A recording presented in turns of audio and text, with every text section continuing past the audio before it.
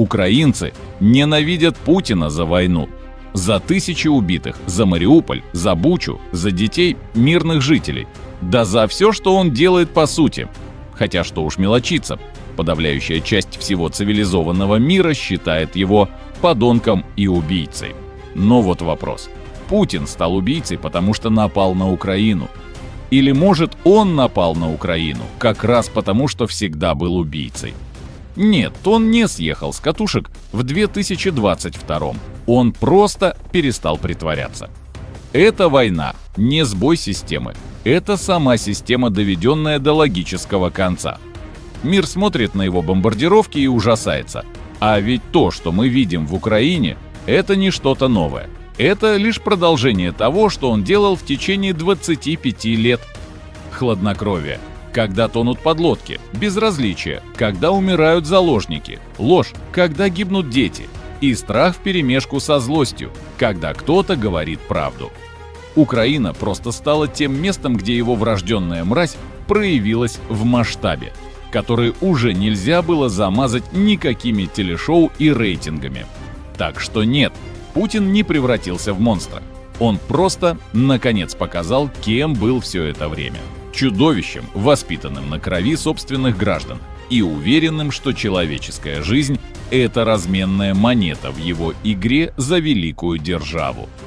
Я рад приветствовать вас на канале «Утилизатор реальности», месте, где розовые очки разбиваются быстрее, чем Кремль успевает объявить новую победу.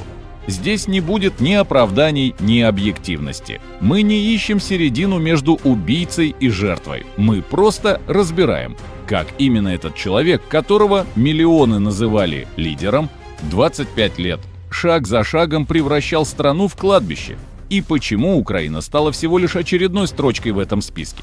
Так что пристегнись. Дальше пойдет по хронологии ада. От первых трупов под водой до городов, которые теперь лежат в руинах. Что ж, начнем. Август 2000-го. На дне Баренцева моря лежит атомная подлодка «Курск». Внутри 118 моряков. Они стучат по корпусу, пока наверху Россия замирает у телевизора, а Путин загорает в Сочи. Ни слова, ни визита, ни попытки сыграть хоть каплю человеческого сочувствия. Он выходит на связь через неделю и говорит с холодной ухмылкой: «Она утонула». И вот в этих двух словах весь будущий режим. Не гибель экипажа, не трагедия, а утонула.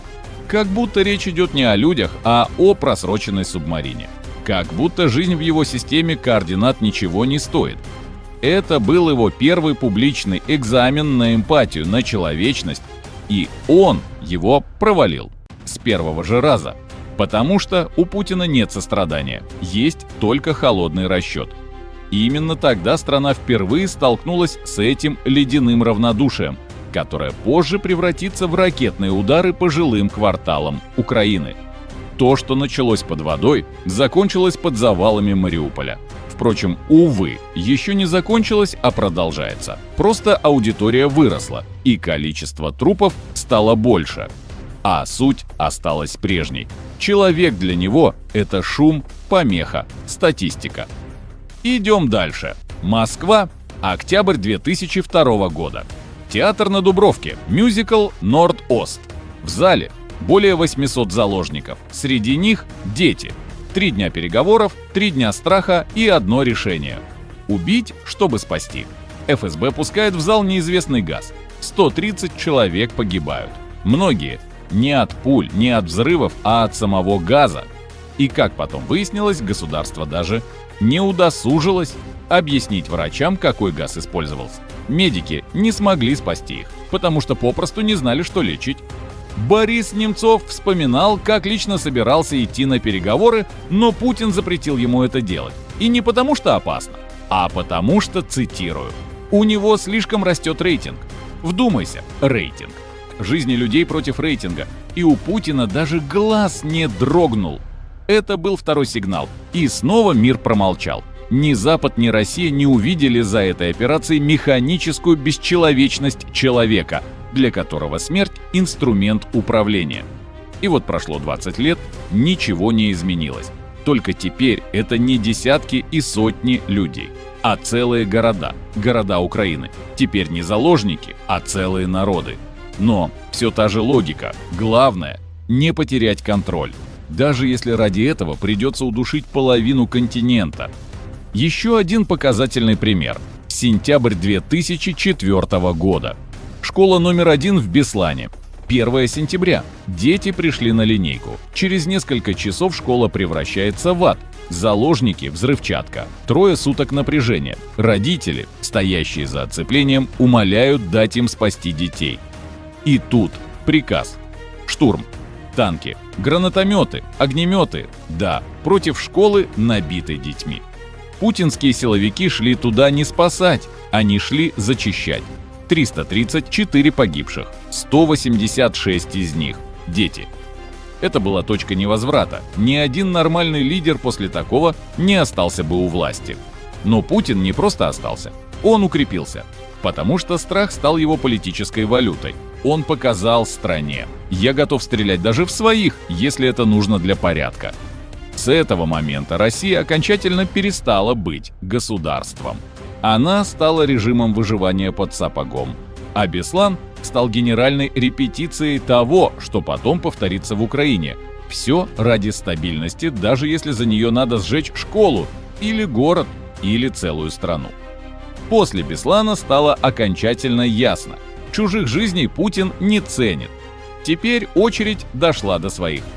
2003. Ходорковский – самый богатый человек России на тот момент. Талантливый предприниматель, нефтяной король решает поиграть в демократию, финансировать оппозицию, говорить про честные выборы, задавать в открытую неудобные вопросы Путину. Ошибка. Через пару месяцев самолет Ходорковского садится не в Лондон, а в Новосибирск, а оттуда этап в Читу. Обвинения стандартны: мошенничество, уклонение, отмывание. Но все понимали, что на самом деле он виновен только в одном – в том, что не хотел прогибаться. ЮКОС распилен. Государство превращается в госмафию, где президент – крестный отец, а силовики – боевики при бюджете. После Курска он научился быть безразличным. После Норд-Оста – бесчеловечным. После Беслана – безнаказанным. А после Ходорковского – возомнил себя богом. Тогда-то и родился миф о сильной руке, которая якобы наводит порядок. На деле просто душит всех, кто дышит без разрешения. С этого момента любая критика власти стала восприниматься как преступление. И если в 2003-м Путин только начал строить тюрьмы для несогласных, то к 2022-му он просто расширил их до размеров целой страны. После того, как Путин подчинил бизнес и закрыл рты оппонентам, наступил следующий этап – физическое устранение несогласных. 2006. Анна Политковская, журналистка, писавшая про Чечню и военные преступления армии. Ее находят убитой в собственном подъезде в день рождения Путина. 4 выстрела, контрольный в голову. Случайность, да, если верить в сказки. Через пару недель – Лондон. Бывший офицер ФСБ Александр Литвиненко умирает от отравления полонием. Да, от радиоактивного вещества. Почерк тот же, показательная демонстрация. Предавших родину мы достанем где угодно. Только родина тут давно уже синоним Путина. 2015. Борис Немцов, один из немногих, кто открыто и системно называл его убийцей. Его застрелили в 400 метрах от Кремля. Под камерами, под охраной, под символом абсолютной власти. Такое можно сделать только тогда, когда ты настолько уверен в безнаказанности, что превращаешь убийство в пресс-релиз. Официальная версия – чеченцы, религиозный мотив. Неофициальная – слишком часто открывал рот. А расследование – да брось. В России при Путине следствие не ищет заказчика, если заказчик сидит в кабинете на Старой площади. Потом отравление, аресты, несчастные случаи. Журналисты, политики, активисты.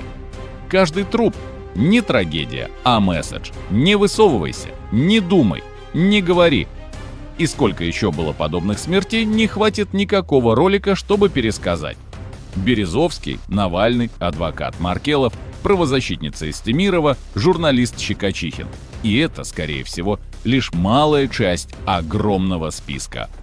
А массовое самовыпиливание крупных бизнесменов и топ-менеджеров за последние месяцы. Совпадение? Не думаю. Вон даже Павел Дуров, создатель ВКонтакта и Телеграма, в одном из недавних интервью признался, что после того, как он отказался раскрывать коды дешифровки Телеграма, его пытались отравить. И когда он описывал свое состояние, это один в один совпадало с тем, что описал Навальный в своих мемуарах. И вот в какой-то момент страна, привыкшая к тому, что за правду убивают, перестала называть это убийством. Страх стал не последствием режима, а его идеологией. А на внешнем контуре этот страх превратился в ракеты. Путин начал убивать уже не только людей, но и человечность. У любого зла есть логика. Сначала подави своих, потом убей соседей. Для Путина все началось с Чечни. Города стирались с лица земли во имя территориальной целостности.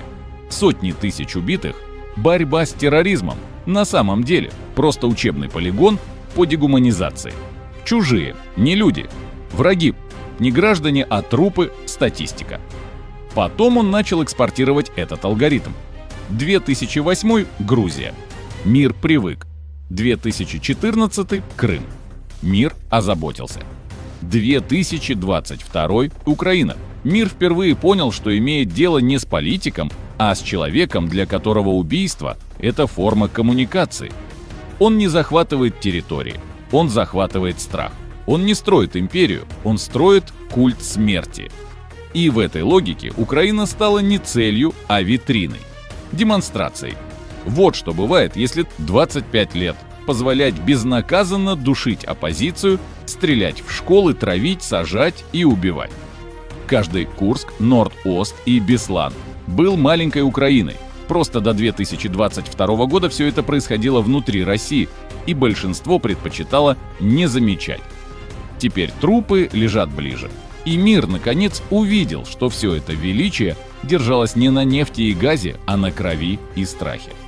Путин не изменился. Он просто расширил территорию своей жестокости. И если раньше страдала Россия, то теперь страдает весь континент. А сейчас давайте я включу режим адвоката дьявола. Путин – это не случайность, это не ошибка истории, не сбой системы, это ее концентрат. Путин – это продукт 25 лет равнодушия, трусости и сделок с совестью. Россия его взрастила, мир легализовал. Запад покупал газ и закрывал глаза, а миллионы россиян покупали стабильность, зная, что где-то рядом убивают тех, кто имел наглость говорить правду. Каждый раз, когда мир называл его прагматиком, где-то в подвале убивали еще одного журналиста. Каждый раз, когда Европа подписывала контракт, в России сажали очередного оппозиционера. И когда весь мир хлопал ему по плечу, он уже точил нож. Борис Немцов еще в 2012 году говорил: «После Беслана этот человек для меня перестал существовать. Он аморален, он уничтожает Россию, и чем быстрее мы от него избавимся, тем лучше». Немцова застрелили у стен Кремля. Прошло 10 лет, и все, что он предсказал, сбылось.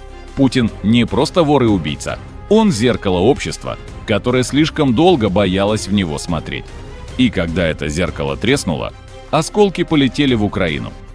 Теперь эти осколки – ракеты, танки и Z на лбу у маньяков, которые называют убийство патриотизмом. Но по сути это тот же Беслан, только в масштабах континента. И пока Россия не признает, что чудовище не сошло с ума, а выросло изнутри, эти дети, эти города, эти жизни будут повторяться. Так что нет, война не изменила Путина. Она просто доказала, что предупреждения тех, кого он убил, были не криком отчаяния, а пророчеством.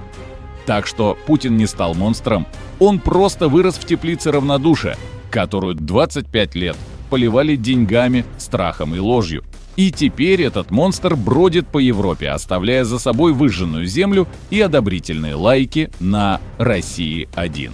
Но правда, штука упрямая. Она не тонет, как Курск, не задыхается, как заложники Норд-Оста, не сгорает, как школа в Беслане, и не умирает, как те, кто пытался ее защищать. Ну а вы были на канале «Утилизатор реальности». Месте, где мифы дохнут быстрее, чем пресс-секретари успевают их оправдать. Здесь мы не ищем серую зону, здесь мы ее утилизируем. Поэтому не молчи. Ставь лайк, пиши в комментах, что думаешь по этому поводу. Обязательно отправь ссылку на это видео паре своих друзей, тем, кто тоже не боится слушать правду. Все это нужно для того, чтобы больше людей вспомнили, что этот режим вырос не из силы, а из трусости. И если хочешь помочь нашему каналу, в описании есть ссылки на спонсорство и реквизиты для донатов в крипте.